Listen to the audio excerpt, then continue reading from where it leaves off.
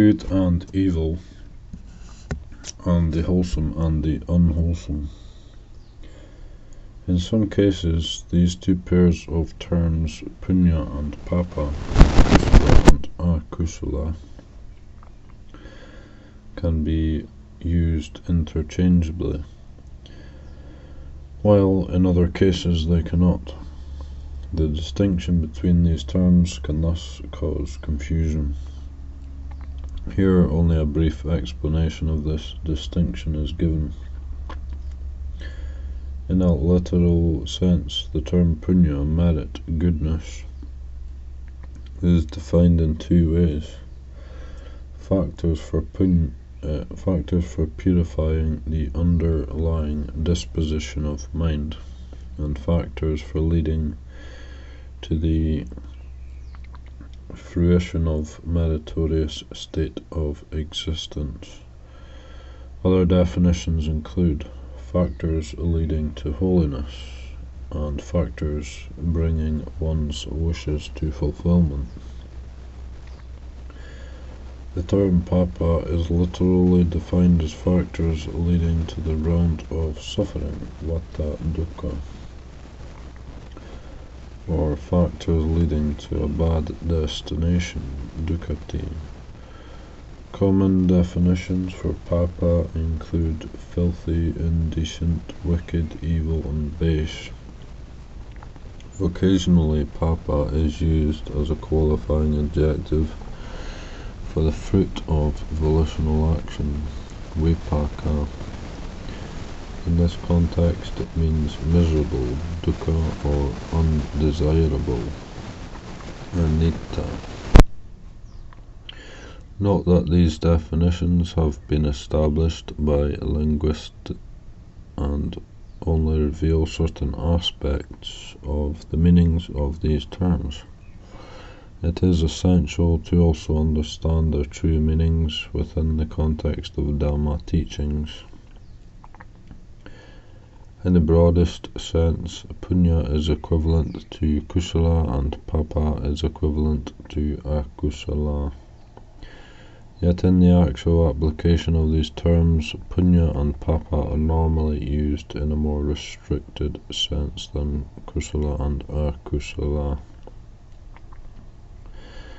Generally speaking, papa is used as an equivalent for akusala more often than punya is used as an equivalent for kusala.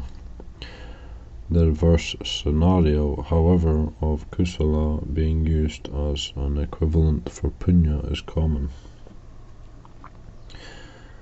An important instance of papa being used as an equivalent for akusala is in the first and second factors in the teaching of the four right efforts, samapadana, in which these two terms are used in conjunction. One strives to protect against unarisen evil, unwholesome, papa akusala qualities, and one strives to abandon those evil, unwholesome qualities already arisen. In the third and fourth factors, however, punya is not used together with kusala. Here only kusala is mentioned. One strives to cultivate those wholesome qualities not yet arisen, and one strives to preserve those arisen wholesome factors and bring them to perfection. In brief, the definitions of punya and kusala are not identical. If one divides kusala into two levels as mundane wholesomeness, lokiya kusala, and transcendent wholesomeness, lokuttara kusala, the term punya applies to the former. In the case that punya refers to transcendent wholesomeness, a modifier is added. For example, lokuttara punya, transcendent goodness. This term, however, is uncommon. It is only found in one passage of the commentaries, along with the corresponding passage in the sub-commentaries. In the Pali Canon, the Buddha frequently mentioned the term upadika punya, merit-yielding fruit, as the 5 aggregates, which is a form of mundane goodness.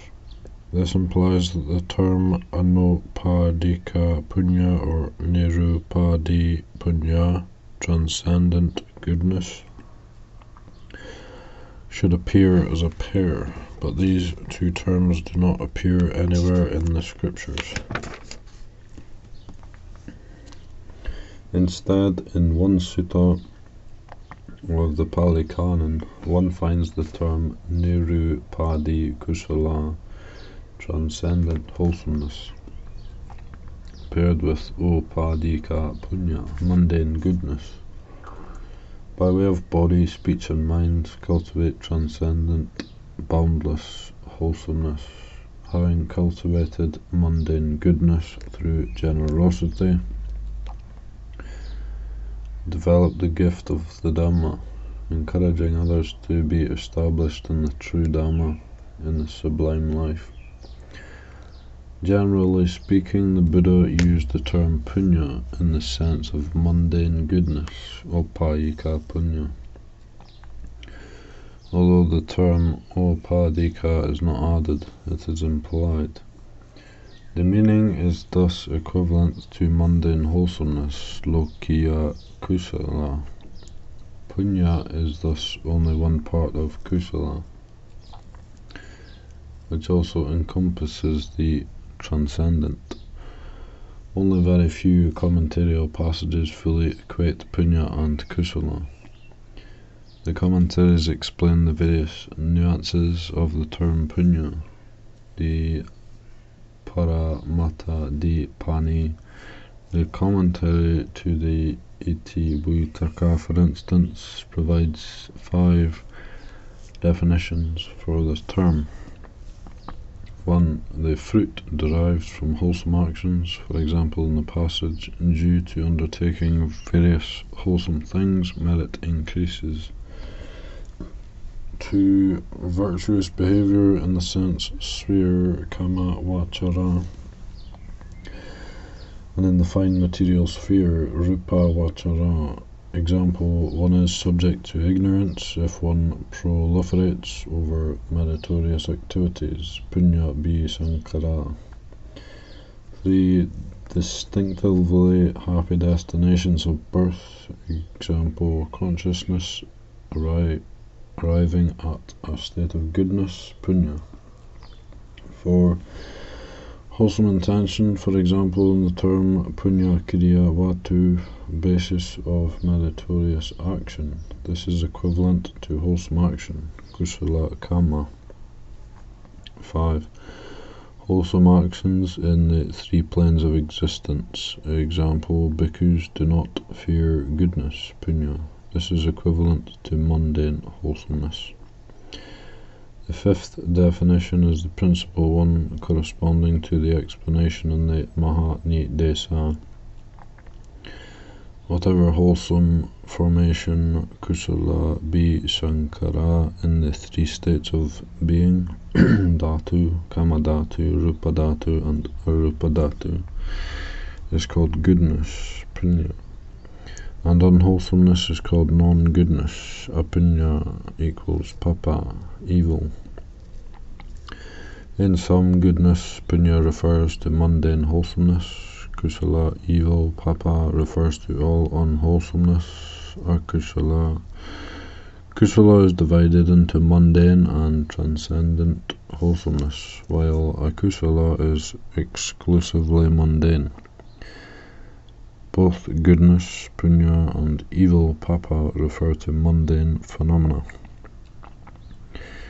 These definitions help to understand such phrases as free from good and evil, abandoning good and evil, and rising above good and evil, which refer to attributes of an arahant's mind. Note that such freedom from good and evil implies a freedom from or an abandonment of mundane wholesomeness. It does not mean that arahants have abandoned transcendent wholesomeness. When the terms punya and kusala appear in tandem, kusala takes on the definition of punya. Its meaning is thus narrowed, referring to mundane wholesomeness. An important attribute of mundane goodness or mundane wholesomeness is that a person is still concerned with material or sensual results. The focus here is not deliverance of mind or on the complete removal of mental defilement. Here are two examples in the Pali Canon of how these terms are applied. When a bhikkhu is thinking of giving up the training, he often says that he will disrobe in order to spend wealth and make merit. And a virtuous householder's life is marked by spending wealth and making merit. The term merit here refers to various virtuous actions like being charitable, offering gifts, upholding moral standards, etc., corresponding to the term wholesome action, kusala kamma. The same meaning applies in the passage. Merit is favourable for devas, for human beings, and for renunciants. In the Buddha's statement that merit is a name for happiness, punya here refers to the desirable fruits of wholesome actions. The expression death due to the end of merit, punya kaya marana, refers to having used up the fruits of meritorious actions in conditioned that particular birth. The definition of the term Dhamma, corresponding to the term punya, is related to going to heaven, just like the term Dhamma, corresponding to papa, is related to going to hell. Although punya and kusala are synonyms in the general application of these terms, the meaning of kusala is broader than the meaning of punya. These terms can be used interchangeably in some contexts, but not in others. The definitions of papa and akusala are closer to one another, and thus these two terms are more frequently used interchangeably.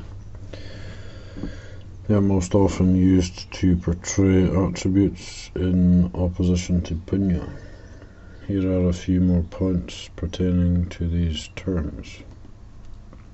The term kusala may be used in reference to intentional actions, kamma, or in reference to natural phenomena. Punya, on the other hand, is usually based only in reference to intentional actions.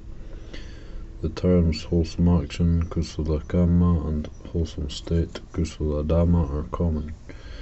The term meritorious action, punya kamma, is also found, but the term meritorious state, Buddhadhamma, sounds unusual and does not appear to be used in Dhamma teachings.